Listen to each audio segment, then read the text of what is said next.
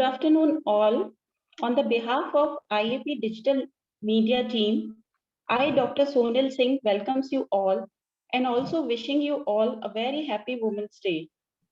Topic for today's webinar is Strategic Approach in Healthcare Management in COVID-19. Speaker for this webinar is Dr. V.V. Manjula Kumari Ma'am, Joint Coordinator, IAPWC Telangana. Moderator for today's webinar is Dr. Hima Bindu Ma'am. I will request you all to subscribe our YouTube channel IAP India. For details of all upcoming webinars, you can also follow IAP India on Facebook, Insta, Twitter, and LinkedIn. I request our moderator to take over and start the session. Over to you, Dr. Hima Bindu Ma'am. Thank you, ma'am. Good afternoon, one and all. Myself, Hima Telangana, welcoming. First of all, I would like to wish you all Happy Women's Day. On the occasion of this special day, our IAP Women's Health Telangana team presenting webinar on the topic Strategic Approach in Healthcare Management during COVID-19. And the speaker for today's webinar is Dr. V.V. Manjula Kumari Ma'am, Joint Coordinator of IAP Women's Health Telangana. Before starting the webinar, I would like to introduce our IAP Women's Health Telangana team, which operates under the guidance of IAP Women's Health National Head Dr. Ruchi Vashni Ma'am, IAP President Dr. Sanjeev Tejas Sir, IAP Women's Health South Zonal Head Dr. Rabia Ma'am, and our IAP Women's Health Telangana team includes Dr. Hana Rashekar Ma'am, our State Coordinator, Dr. V.V. Manjula Kumari Ma'am, our Joint Coordinator, Dr. Monima Ma'am, Sub-Coordinator, Dr. Himani Purdar, Sub-Coordinator, and myself, Himabindu, Sub-Coordinator. Before starting the session, I would like to request Dr. Monima Ma'am to introduce our speaker of today's session. Over to you, Monica. Monima Ma'am.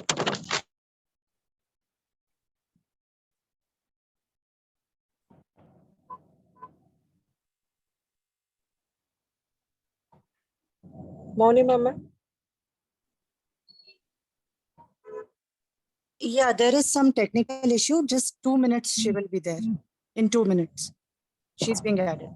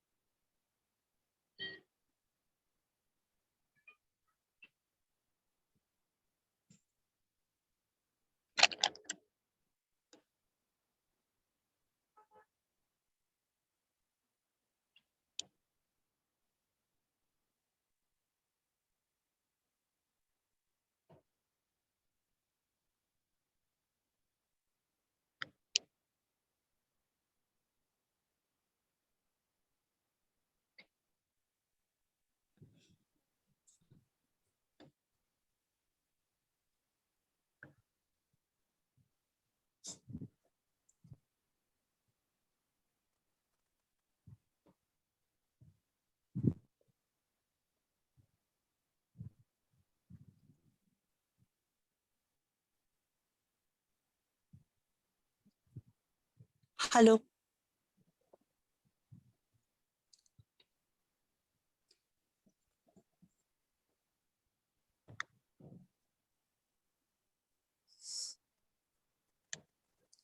Hello, did Maunima join? Yeah, she got the invite. Yeah. Okay.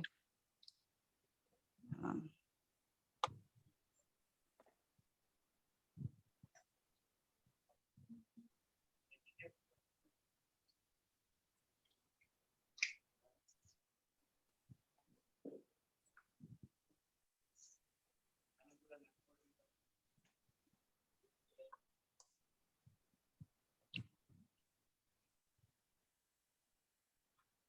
Good afternoon, everyone. I am Dr. Himani Poddar, Sub-Coordinator, Telangana State.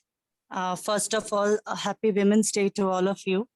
I'll be introducing Dr. V.V. Manjula Kumari, our speaker of the day. She's a joint coordinator, IAPWC Telangana State, and founder and CEO of Varna's Healthcare Research and Training Organization, LLP. Today, she is presenting the webinar on strategic approach in healthcare management during COVID-19 scenario. So welcome, Manjula ma'am, and please share your knowledge with us. Sure, Dr. Himani. Thank you for the introduction. And I'm glad to be here on this platform to share my knowledge regarding strategic approach in healthcare management during COVID-19. So in this topic, I'll be dealing with the survival strategies as well as the scaling up strategies as the lockdown and other things have been opened up and people are getting back to their normal life. Certain damages which has been which were created because of this COVID-19 and other things are still haunting us. So what are the strategies for this current scenario will be discussed in this particular webinar. And first of all, I have to thank IAPWC for organizing such a beautiful webinar and giving me the opportunity to talk in this. Thank you very much. On behalf of IAPWC, and Telangana team, I'm thankful to each and everyone. And being a woman, and proud to be women. A happy Women's Day to each and every woman out there. With this, I'm going to start with the topic. As we all know that COVID-19 has entirely disrupted the normal physical therapy practice. It entirely disrupted the way how we are practicing physical therapy. That is, our job is hands-on job. We have to touch the patient to treat the patient. But this COVID-19, because of social distancing and other things, it has created a new normal physical therapy practice. In fact, it reshaped the physical therapy practice as selling it to the customer at his own place has become the new normal. The home visits, the home care physical therapy has also come up. Already we were visiting the homes as a part of our treatment and other things.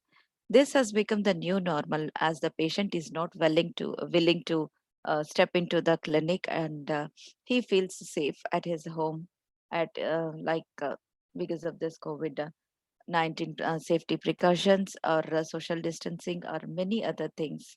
So all these scenarios have reshaped our physical therapy practice. With this, along with the other things, I'm going to throw some light over the strategies and other things.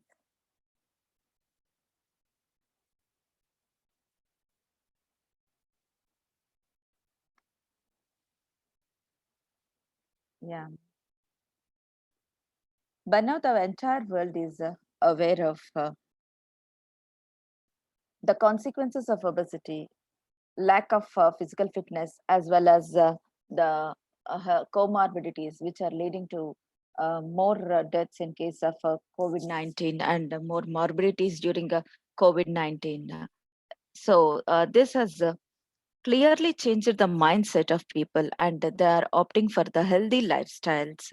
So this is I should say, this is an opportunity for each and every physical therapist to give the awareness and to train each and every person regarding the healthy lifestyle, as well as these COVID-19 situations have really opened up new avenues for physical therapy practice.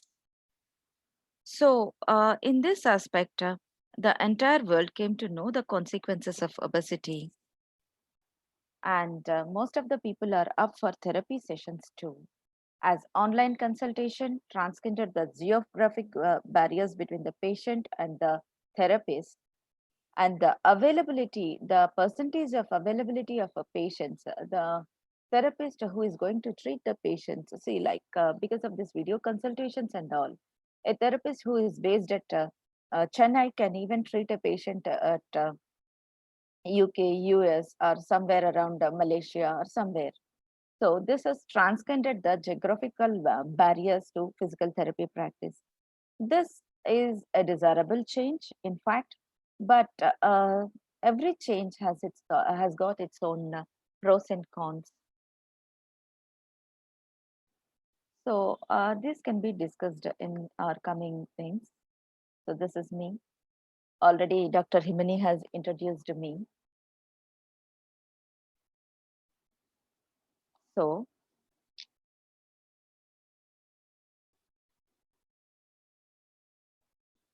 well, the physical therapy practice, the scenarios, the current trends, and other things are all changing because the market, every business has to adopt itself for its survival in the market based on the customer needs and requirements.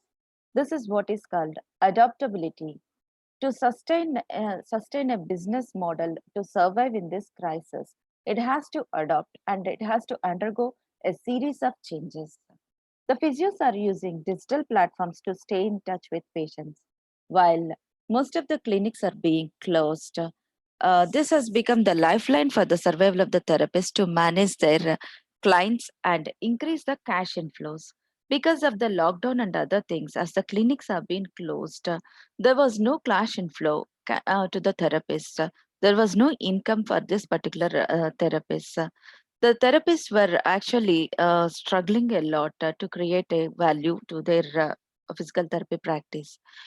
In this aspect, digital technology has opened up a new avenue for these people to come into contact with their clients and to maintain that particular network, that connection with their existing clients, as well as creating a network, creating a value in the market with the new clients, with coming up new clients and other things.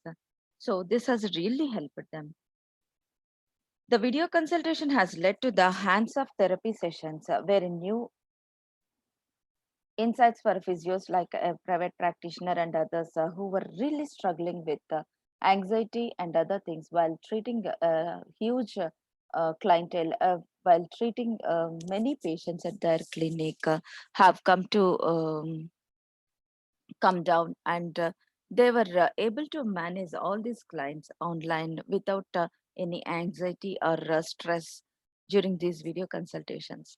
As we have discussed earlier, each and every disruptive technology has got its own pros and cons. This kind of video consultations, they have reduced the quality of, in fact, the patient could not be able to do the therapy session as effective as he used to do in the clinic under the supervision and the direct contact and touch with the physical therapist. This is one of the... Sorry to interrupt you, Manjula ma'am. You need Yes. to stop the screen sharing and start again. Okay. Yeah. Sure.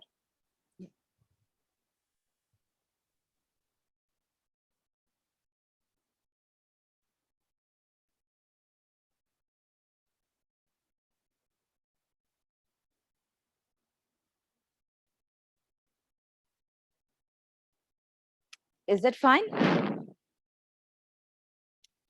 Dr. Himani? Yes, No, ma'am. I Can think you? you have to do it again because on the Yeah, side. the slides are not visible. Now Only it's one slide is visible.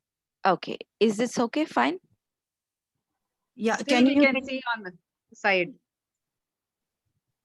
A Can you see complete, this? the screen is Okay, not ma'am. covered by a complete side. Okay, ma'am. Now, ma'am. It's the now the same. cluster are visible. But Yes, Dr. Himani. No, it's the same actually, it's the Manjula. same, Manjula ma'am. It's like same only. Okay. Now, Full screen mode you need to keep. yes, I have kept the full screen mode. Let me stop it, stop sharing, and Yeah, let me can you reshare. restart it? Yeah. Yes. Yeah. Yes, sure. Now, Yeah, now it's fine. okay, ma'am. Okay, ma'am. I mean, we can see you, but not the screen. Okay, ma'am. Yes, ma'am. Hmm.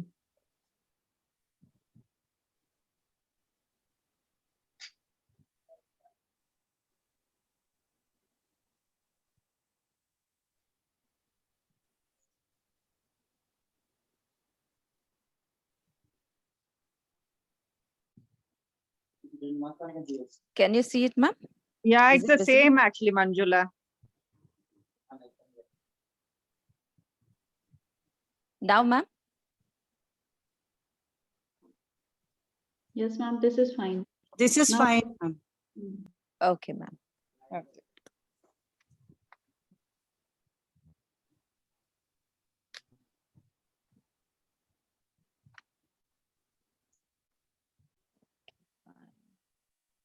So, yeah. So, as we discussed, COVID-19 has really opened up new avenues for the physical therapy practice. As it is, the physical therapy practice is the physiotherapists, they start working at the clinics or to the hospitals. And some sector of, there are three types of practice as such. Like the physical therapist, they are working to the hospital in the hospitals attached to the clinic. The second sector is the private practitioners. The private practitioners are the major segment of the physical therapist who really suffered with this COVID-19 crisis. And after this, the freelancers are the home visits, are the physical therapists who are going for the home visits and all. Going to the home visit and treating the patient at their home is really a good thing. And as the patients were ready for this, they could go with that. And this was the best thing which the physical therapist could. This was the best means by which the physical therapist could actually get their cash inflows and get their work done.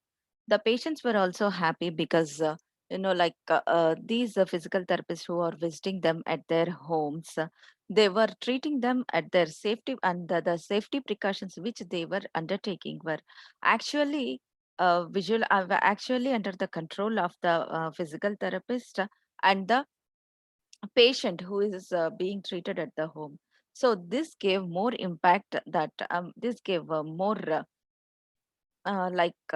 confidence to the patient that he is being treated in a safe environment. So this kind of physical therapy practice has really gone good.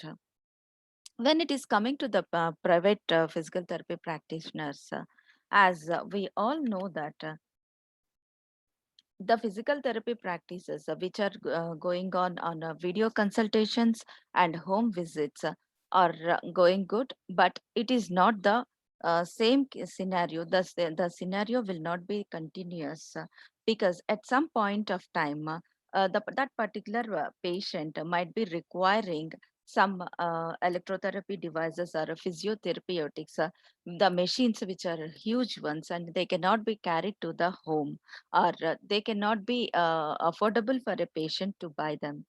So this made them to step into the physical therapy practice, and the future of this particular private physical therapy practices will be good, because the patients will definitely take a step to come out of the homes and to visit the places when the safety precautions and the assurance has been given to the patient that all the COVID-19 measures have been taken care of, and you will be treated at a safe environment by an expert doctor. That is, our expertise would definitely pull the patient from their homes to our clinic. So this is the best time to dive into the physical therapy physical practice. This is called the physical practice of physical therapy. As the awareness in the public is more and the COVID crisis has opened the new horizons of physical therapy practice.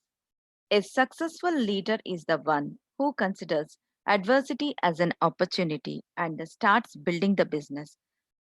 This is the point where we have to see how we can build the physical therapy practice, whether it could be a private practice or building network with the home healthcare physical therapy. Both of them have to go with the advanced physical therapy, advanced strategic plans to enhance their cash inflows, to get more clientele and other things. So at this point, we need to know what is our physical practice and where we are right now at the market. So this needs a concrete plan regarding the physical therapy practice, how we need to plan and how we need to execute it. So this is the point where we need to decide what is our mission and what is your vision. When we are going to start a business, everybody should know what is their vision. Vision in the sense, it extends your mission to an ideal future state, that is after 10 years, what you are going to be. When physical therapy is our profession, we are going to start a clinic after 10 years, say after 5 years or 10 years, where are we going to see ourselves in the market? That is what is called vision. When our vision is clear, then we should find the path which leads to our vision. Vision is a sort of goal or destination, and mission is the guiding light, is the path, exact journey towards our vision. When we know our vision and mission, then we have to plan exactly how we have to go ahead with our physical therapy business. So as said, mission and vision and mission statements. Vision statement, this vision statement describes the long run objective of your company, usually for a time frame of say 5 to 10 years as discussed. And mission statement, a mission statement is like a roadmap. As I said, it's a guiding light, or it's a journey of how to achieve the goals you set in your vision statement. This defines the purpose of the organization. So after deciding the vision and mission, we have to go ahead with our core values. The core values are the things which are like, say, treating a patient uh, with all using all my expertise and giving the evidence based practice into my clinic. Bringing the evidence based practice into my clinic is my core value, I say. And I just want to treat my patient effectively, and that treatment should always concentrate on his recovery as a whole. It's a holistic approach. Say it is my say my core value, or everybody is having their own core values. When it comes to the mission statement of mine, I say that the vision statement and mission statements, along with the core values, they are the leading factors, or they are the propelling things to start a business and to continue our business. In order to continue our business acumen, that is the skill of doing a business, I'm trying to keep everything simple because these particular terms are out of our physical therapy practice, and they are entirely new to us, as these all comes under the strategic planning of business and other things. I'm trying to keep it very simple, and I'm going to streamline the strategic approach by which we can clearly plan. So, according to that, business acumen is just nothing but the skill of running a business. This particular skill depends on financial literacy, that is the knowledge regarding the finances we have, the contextual knowledge, what are all the things we our expertise, and what are all the contributing factors which can give the effective good practice of physical therapy, the knowledge and organizational knowledge. How can we organize things? Whom to employ and who are our employers, and how to go ahead with the particular organization, how to go ahead with the day-to-day organizations and all. We have to have a clear knowledge regarding that. And after that, self-awareness regarding the skills. What are all the skills we have? What are all the if I am good at treating obese patients, I have the skills of treating manual mobilization techniques, or somebody might be having a skill in dry needling and other things. What are the skills you are well aware of? That is what is called a self-awareness. So this is the thing which makes us different from our competitor in the market. So we should be aware of our skills. And then the stakeholders awareness. Who are all the stakeholders, and what are they expecting from us? This is more important. So along with the stakeholders awareness and the skills awareness, we need to have the ability to deal with the ambiguity when we don't know anything, and when we just have to dive into. We need to get the support from other persons, or in case what could be the ability to link cause and effect. We know that what is cause and what is effect, the causative factor as well as the effect it produces, the diagnosis and everything should be available to us. Apart from that, this particular ability comes to business. When it comes to business, we must be in a situation, we must be in that mindset, key, like when something is going to be created today, what kind of effect it is going to have tomorrow. We need to anticipate the markets. So if we are starting a clinic today, and we have a very good clientele over here, and these clients, when they are getting treated, the word of mouth will go out and it will fetch more patients to me. But when the days pass by, and as the years go, there might be some competitor, there might be some other corporate company which is coming into this particular business.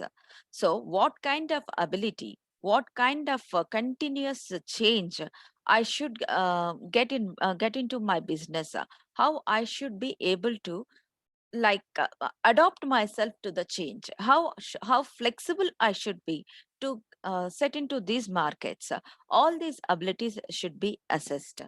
When these abilities are assessed, then we have to go with strategic planning. Strategic planning is something which is called a concrete plan, a definite path which we are going to pave to achieve our vision. Mission is the path. When this particular mission with proper strategic plan drives us to the vision. Vision is the one which we are visualizing after which we are actually uh, the place where we actually want to reach in the coming 10 to 5 to 10 years. So planning is more important for everything. Because of a COVID-19, the strategic planning has become very important even for the small clinical practices. So coming to the definitions of the strategic planning, doing the things on purpose and for good reason with good information. It is also called as the systemic process of envisioning a desired future, that is our vision, our goal, and translating this vision into broadly defined goals or objectives and a sentence of steps to achieve them. This is the steps to achieve them is exactly the mission and the plan, the driving factor to reach our goal. So during COVID-19, we had to practice two kind of strategies, that is survival strategy and the scaling up strategy. Survival strategy is the one which actually kept us alive in the market, which kept us, keeping in touch with the patients is exactly what is called a strategic, survival strategy. The entire 2020, it was based on the survival strategies. And now, as the COVID lockdown is over, and day by day, the people are coming into contact with each and every person, and they're daring to step out of their homes. The scaling up strategies are gradually planned to increase the business acumen and to scale up the cash inflows too, to increase the scale up loss, the to increase the cash inflows. This strategic planning has to be done. So when it comes to the scaling up strategies, before going to this scaling up strategies, we have to analyze. This is called SWOT, SWOT analysis, which describes the strengths. What are all the strengths we have? What are our weaknesses? What are our opportunities and what are our threats? This is called SWOT analysis. This is important for each and every business because without knowing our strengths and weaknesses, we can't go ahead with a business. Not only business, with anything. When we exactly want to start something or when we exactly want to run something or scale up something, we need to analyze what we are. We need to know first thing what we are, then what is our surrounding. So this is what is called SWOT analysis, which says the strengths and weaknesses as internal factors and the opportunities and threats as external factors. For our particular physical therapy practice, say for example, the special expertise, reputation, the cost advantages, the technology advances such as the video consultations and other things are strengths, are described as strengths. And what are the weaknesses of physical therapy practice? That is like limited service lines, and we really lack the marketing team, or say we are very poor at marketing because we depend on the word of mouth. Word of mouth of patient is more important to us, and that fetches more clientele or footfalls to our particular clinic. So this is our weakness. Then management of staff problems. The management of a staff problem is universal. I should say this universal because every person wants to improve their cash flow or revenues in terms of salary or other things. So they always look for the better opportunities, and they will be leaving a particular organization. So this is global, or I should say it is a universal weakness. So what are all the things we can do to hold our staff with us for longer time? So certain other measures have to be thought, and our plan B should always be ready with this. These are other internal factors. Strengths and weaknesses are considered as internal factors because they are under our control, and we can control them, modify them, and we can upgrade them.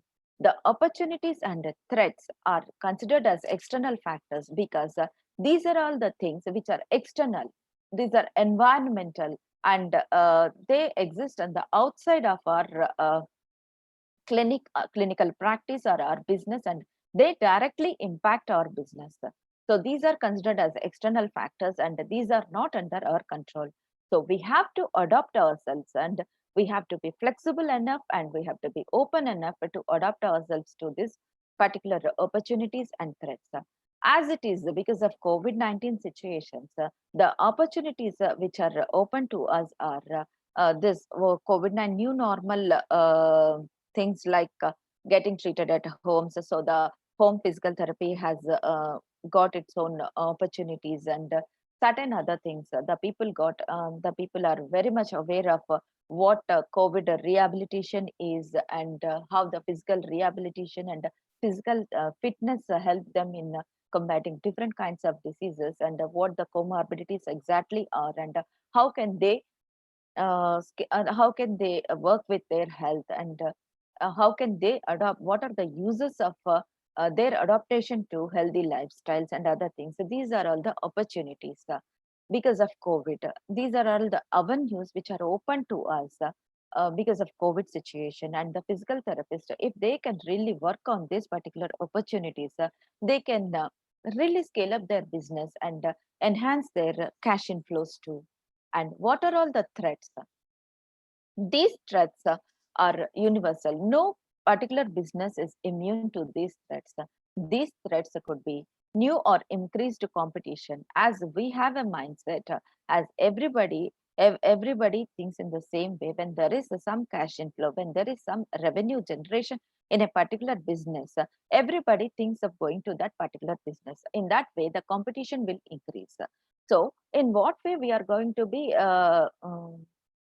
in what way we are competition ready, in what way we are more sophisticated than our rivals. We have to think in that aspect. The insurance plan changes. Definitely the insurances and other plans will definitely change because in foreign countries and other in US and Canada, the most of the pay method is based on the insurance and other things. But in India, we need to upgrade for that.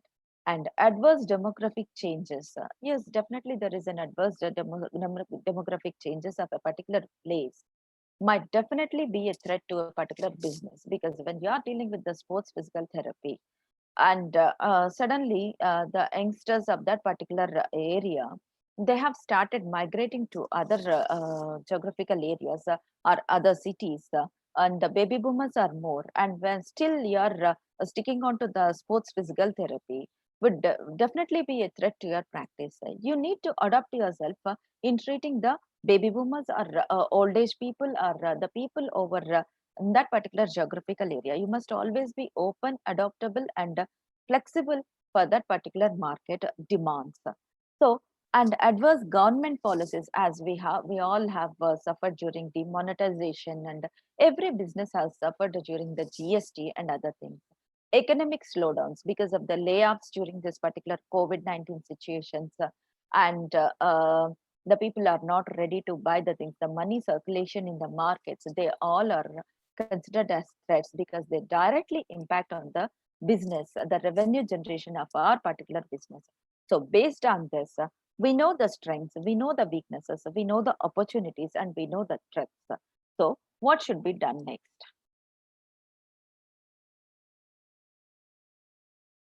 So while doing this SWOT analysis, to get a successful answer out of this, we should be very specific. We should not be fuzzy. We should not give fuzzy definitions for our failure. As always, there is only one and only one reason for success, that is smart work or hard work. But there could be hundreds and hundreds of reasons for our failure. So we should be very specific. We should not like give a reason for our failures. We should, yes, we have, it is okay to fail, but not like accepting our failure and sitting there, or like we are masking our failures. No, it's not correct in business.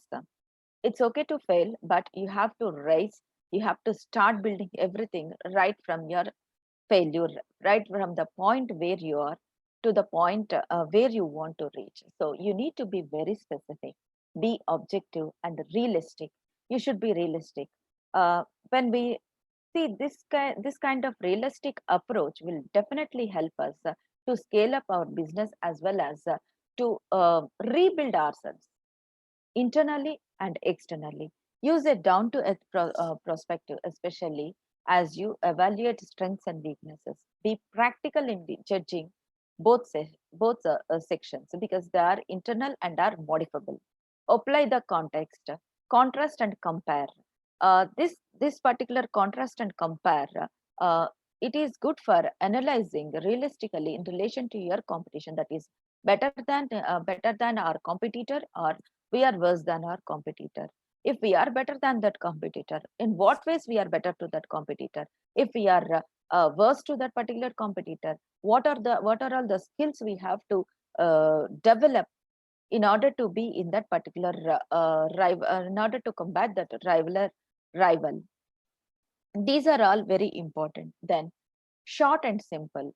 Avoid needless complexity and over analysis. See, we have to be short and simple. This particular analysis should build us, not to shatter us.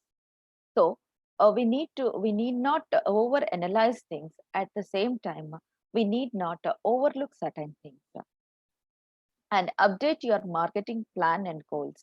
After this SWOT analysis has been done, this SWOT analysis has to be done periodically in order to update our marketing plan and also to update our short-term goals. When our short-term goals are reached one by one, then we have to do the SWOT analysis. What are all we have achieved?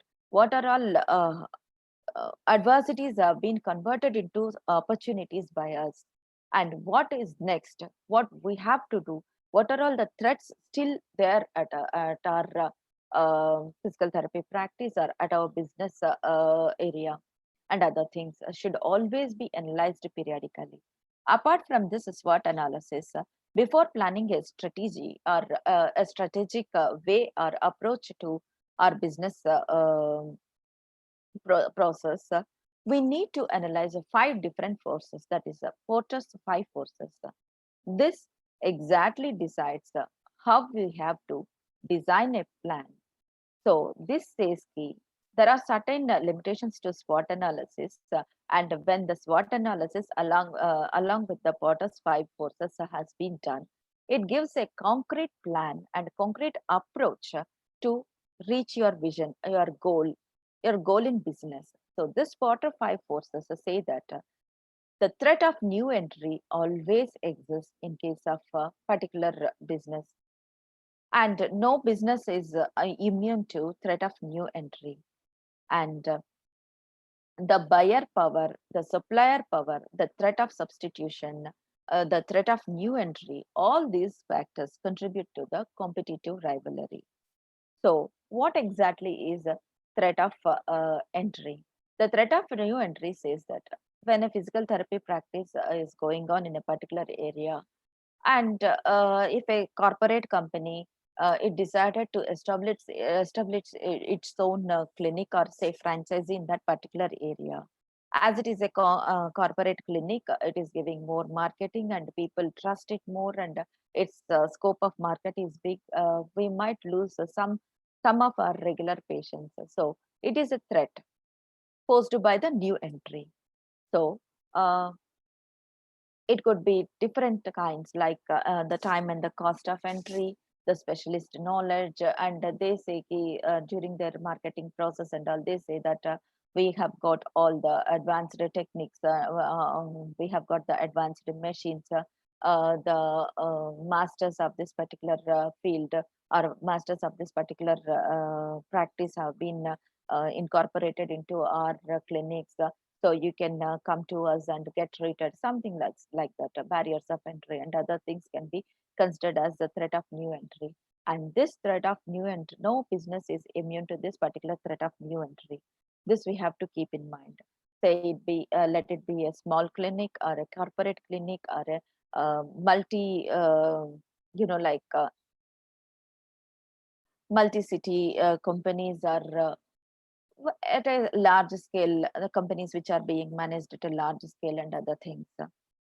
And the competitive rivalry is also there always. This all depends on the number of competitors, the quality differences between them and us, switching of costs, and customer loyalty. What are all the added value services we are giving? The value added services also decides the competitive rivalry. When the value added services in coming to this, when you are giving a treatment, and when you say that we'll be treating you, we'll be following up that particular patient for free, say for about 1 month or 2 months, it is the value added services. You have treated that particular patient for that particular say diagnosed condition, but still you are giving the free follow-up sessions to that particular patient when he is completely treated. Even after he is being treated completely, he is given follow-up sessions. That is what is called a value-added services and These value-added services have a great impact on our business. So when it comes to the competitive rivalry, these value-added services, they play a major role in this particular competitive rivalry. So all these things should be considered before planning a particular strategy. Threat of substitution will always be there, because when you are not in the market for about say 1 or 2 months, you will definitely be replaced. There is a replacement for any kind of business in the market. This is always there. This poses for each and every business. In the same way, it is for our particular physical therapy practice also. So this threat of substitution is more towards this home healthcare physios, because when the physical therapist he is unable to reach the client for about a week or so, that particular patient might go for another doctor who is ready to treat him at home. So this threat of substitution is there for each and every business, for the private practice and for the home healthcare freelancing physical therapist too. And the buyer power, supplier power will definitely influence our cash inflows and cash outflows. So all these factors definitely influence our business, scaling up of business or survival of the business. So all these things should be clearly analyzed and a concrete plan should be done. So along with all these things, the competitive intelligence is also important before planning a strategy. So the competitive intelligence involves the continuous monitoring of local offerings within the community. As in war, we should know about our competitor, what exactly the competitor is giving, and what exactly the general public is expecting from that particular competitor, and what exactly they are expecting from us. And when it comes to the general public starts comparing our competitor and us. So we should always know what exactly our particular public or our patients are expecting from us. We should know what they are expecting, and what are all the value added services the other competitor is providing, and what best we can give them, what best way we can hold our say patients or clients.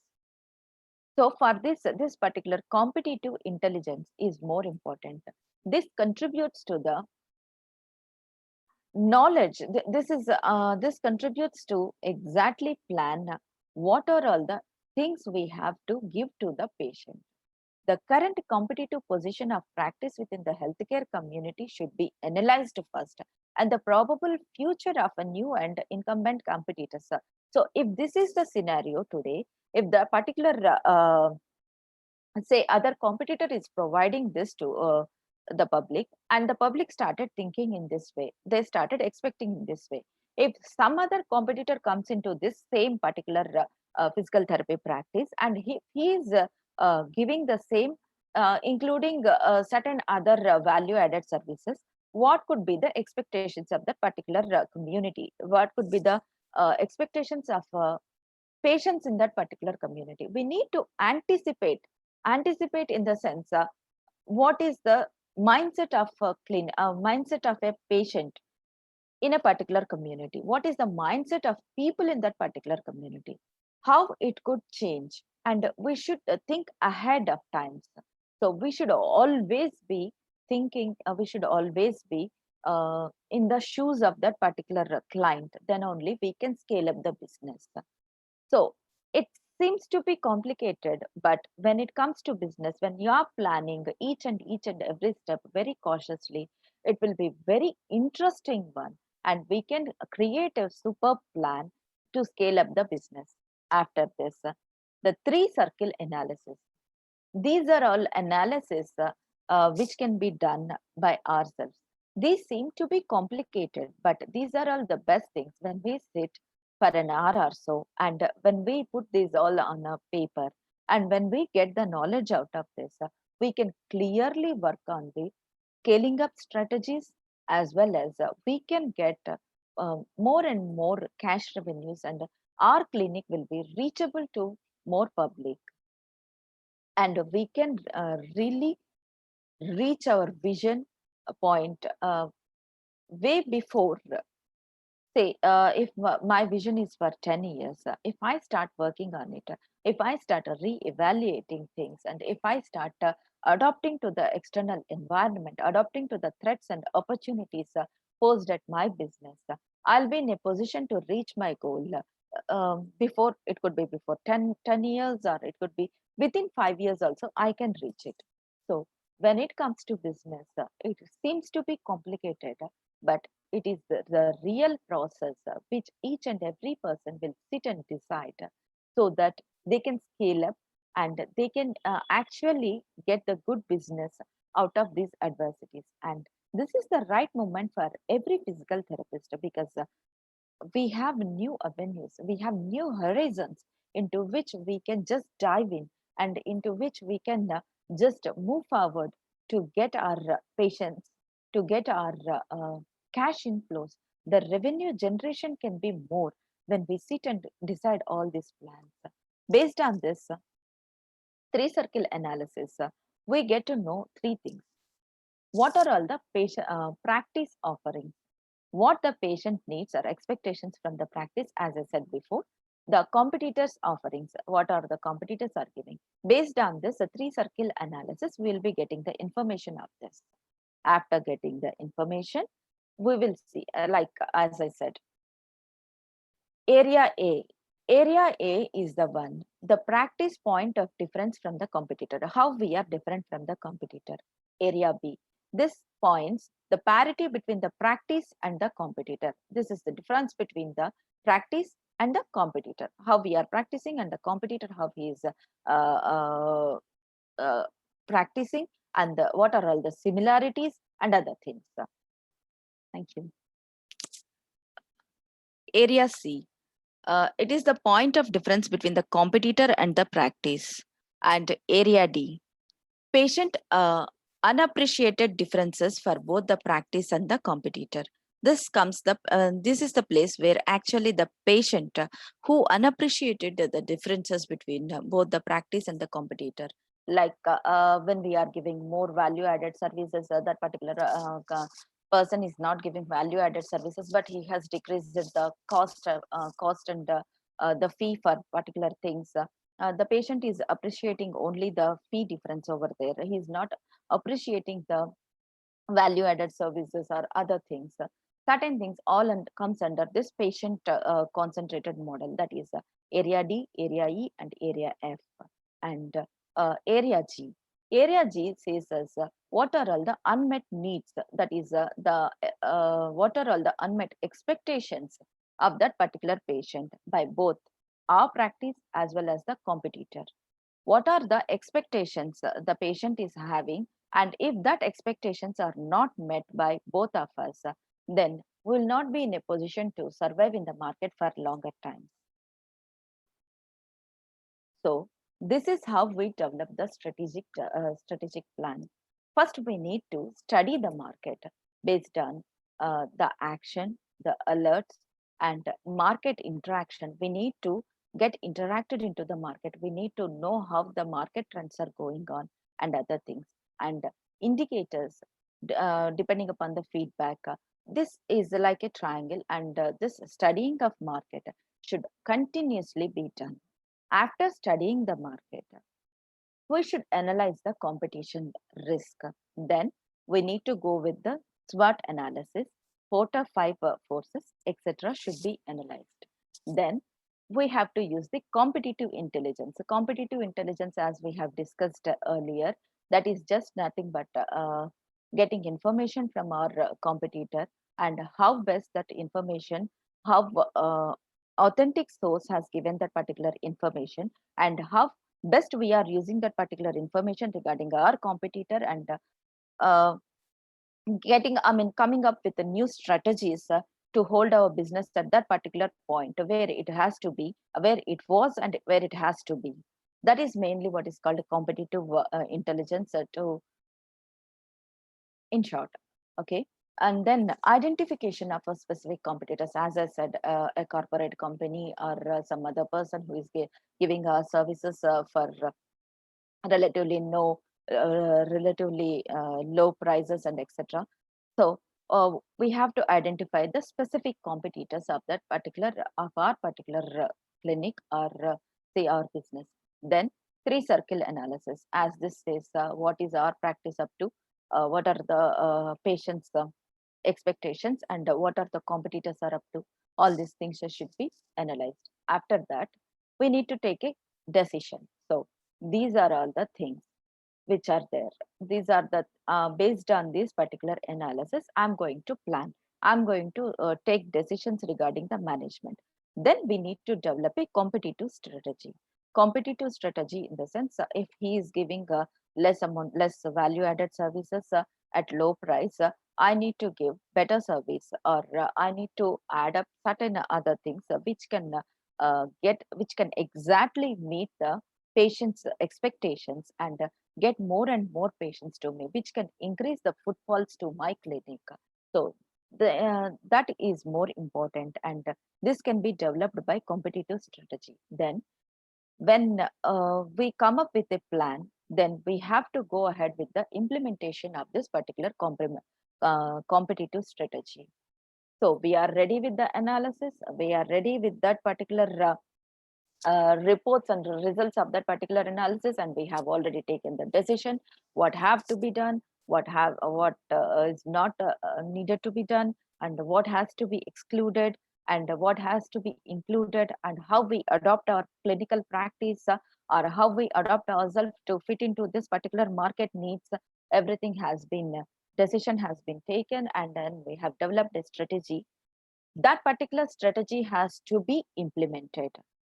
So now the patients are ready to step out of their homes, and if they have to come to my clinic, I have to develop a strategy key.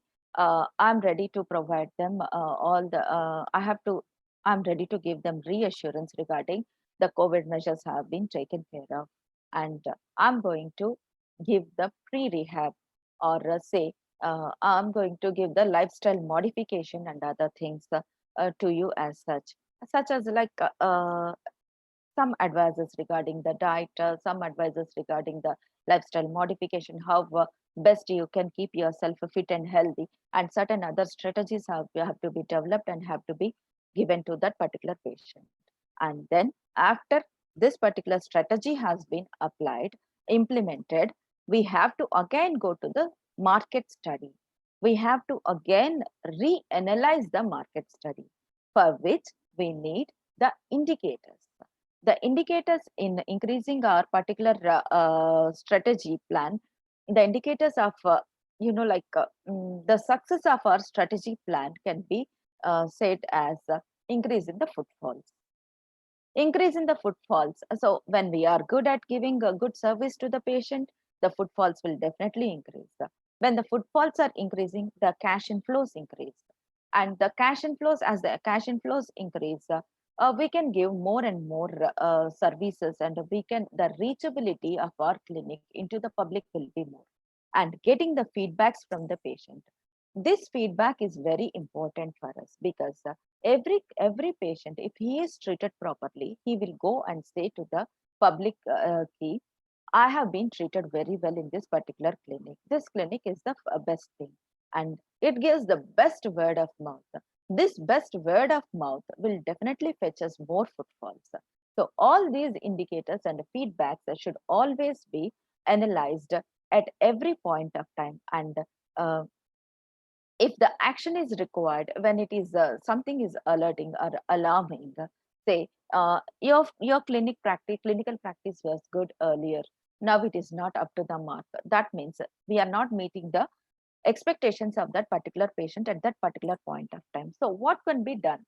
How we can scale up, how we can give our expertise, how we can put ourselves our expertise and everything 100%, how we can give our 100% to maintain that particular indicator at that particular level, or say satisfaction, customer satisfaction at the same level. should always be taken care of. Based on the alerts, we have to plan the action. And again, we need to interact with the market, studying the market. This is a continuous process. When we are going with this continuous process, we are very much specific about adopting to this particular client's requirements, client's expectations. Our business is safe and we will definitely succeed in our life as well as in the business. This particular plan appears to be complex as always, but it is very easy when we sit and analyze it. To keep it in a very easy pattern, so we should have the industry knowledge, then P&L focused, then coming to the balance sheet focus. Then we should see for the cash inflows, then who are our shareholders and how the value has to be focused. Then the local market analysis has been done, then how it is cross-functional, information gathering, and then how we are analyzing the data we have got from the SWOT analysis and 3-circle analysis, Porter's 5 and other things, how best we are analyzing the data. Then we have to go for the business judgment. Then after business judgment, what are all the strategies? What are all the things we are going to plan? Then strategic thinking, then the execution. What are the ideas we have come up? What are all the ideas we have come up? And that particular ideas have to be implemented into our clinical practice. And these definitely will give a good feedback and scale up the business. This, I tried to keep it very simple and streamlined. I hope I'm clear.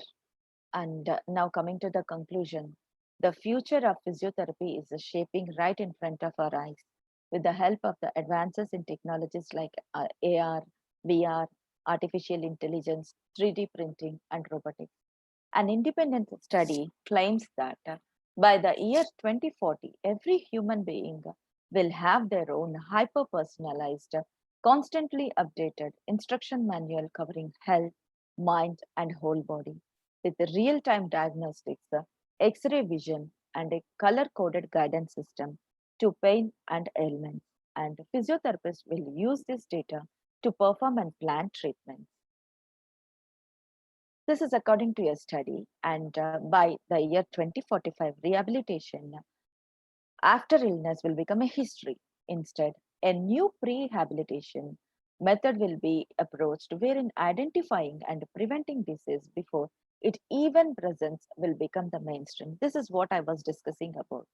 This has opened up a new avenue, a new horizon for our physical therapy practice as the people are ready for adopting the healthy lifestyle and the lifestyle modifications, as they're ready to come up with the healthy things, as the physical therapist should also be ready with this prehabilitation methods. Prehabilitation methods will definitely help us in getting more and more people engaged into our clinical practice. Lastly, by the year 2050, physiotherapists will be working with both inside and outside the patient's body. So for this, we need to keep ourselves updated and upgraded on current trends and be innovative in creating the disruptive models. The disruptive models are techniques as in case of COVID is something like the digital consultation or say online consultation to keeping in touch with the patients and all that. That is a disruptive model for COVID-19. But this disruptive model should always be innovative and it should always be breaking the new normals, because if this disruptive technology is not unique and innovative to our clinic, we cannot scale up the business. We will not be in a position to reach the market. Our survival might become a bit difficult. I don't say that the survival will not be there. Our survival might become difficult. So we should always be innovative. Disruptive models and the techniques should always be adopted and created for our clinical practice, which could actually help the business survive against the competitors and the rivals in the market. always the risk of competitors and rivals are is always posing to any kind of business, so as to our particular physical therapy practice too. So with this, I come up with an end of the strategic planning. I hope I'm clear, but I tried to streamline it and to keep it very simple. But this particular strategic planning is always important. See, like when we are struggling with the private practice scaling up and the survival has become a question, a query to us. These technologies have given us some kind of oxygen to survive in the market. So I came up with these strategies. I hope I'm clear. Thank you very much for giving me this opportunity. Thank you, ma'am. Thank you for your session. It's a very useful and wonderful session. Thank you so much, ma'am. I would like to thank our dear participants for spending their valuable time with us. Thank you all. I thank our national head, Dr. Ruchi Varshini ma'am, and our president, Dr. Sanjeev Keja sir, and our South Zonal head, Dr. Ramya ma'am, for their guidance. I thank our state coordinator, Dr. Hanna Rashekar ma'am, for her entire support to the team and making the session successful. I would like to thank our sub-coordinators, Dr. Maunima ma'am and Dr. Himani ma'am, for the support and cooperation. And I would like to thank our technical assistance team for their assistance to conduct our webinar. Thank you. Thank you all. With this, I conclude my vote of thanks. Thank you. Thank you, Manjula ma'am. Thank you, Dr. Manjula. Thank you. Thank you, Dr. Manjula. Very innovative topic you have taken. I'm sure it will be beneficial for all the clinicians over here. Thank you so much, Even ma'am. budding physiotherapists definitely will be benefited with this. Thank you so much, ma'am. And thank you for the technical team for their cooperation in helping us. And above all, for Dr. Sanjeev Jha, President of IAP, and Dr. Ruchi Varshini, our IAP WC treasurer, as well as national head, who has been always supportive to us, and we were able to get this time. Thank you each one for listening to this innovative talk, and I'm sure we are benefited with this.